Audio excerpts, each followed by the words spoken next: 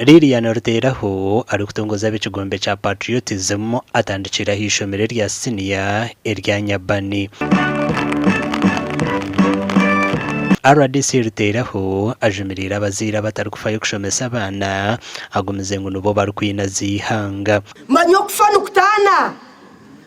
ukutana mutakajya ngo tuwe nantuza kufa apana okufana ukutana araho umuntu akufa na munonga atashomise mwana akafa bakamuzika akafa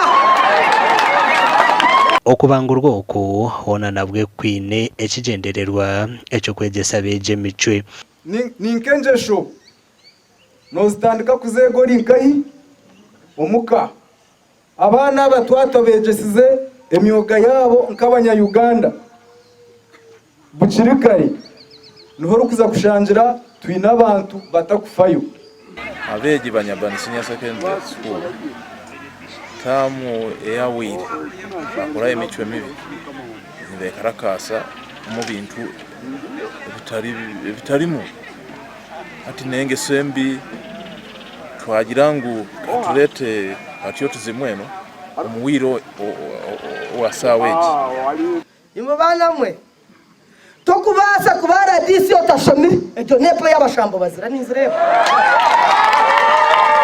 kwenda kukira wanonda kubakutera mu ngaro notekwa kushoma injano rero kumukutera mu ngaro za sariyuta Omugandi abeje 322 nubo babangwirwa mu mishomo yo kundensi yabo ninga patriotism kandi aba bashabirwa kutamani omukurinde byo bahangwa omabicweka byabo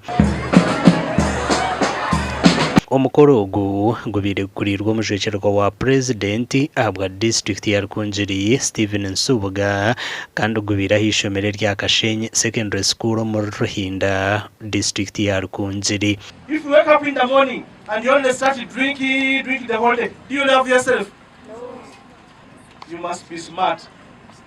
You must be hygiene. Then after that you love your environment. What kind of environment do you want to live in? And you must contribute towards that environment.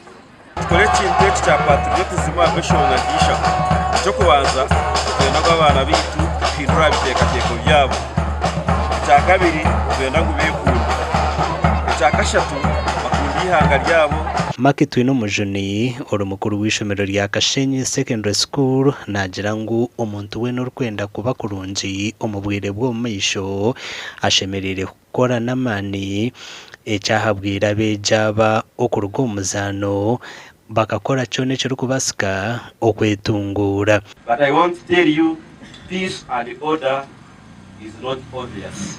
It is worked for. Wahulira abari kwenda ekirungi, abari kwenda peace, abari kwenda okuteka, abari kwenda okushemerera, work for it. Abeja bahindira umushomogo batungereza certificate amakuru agagasha kwa Timothy Mushabe na Dan Basibye.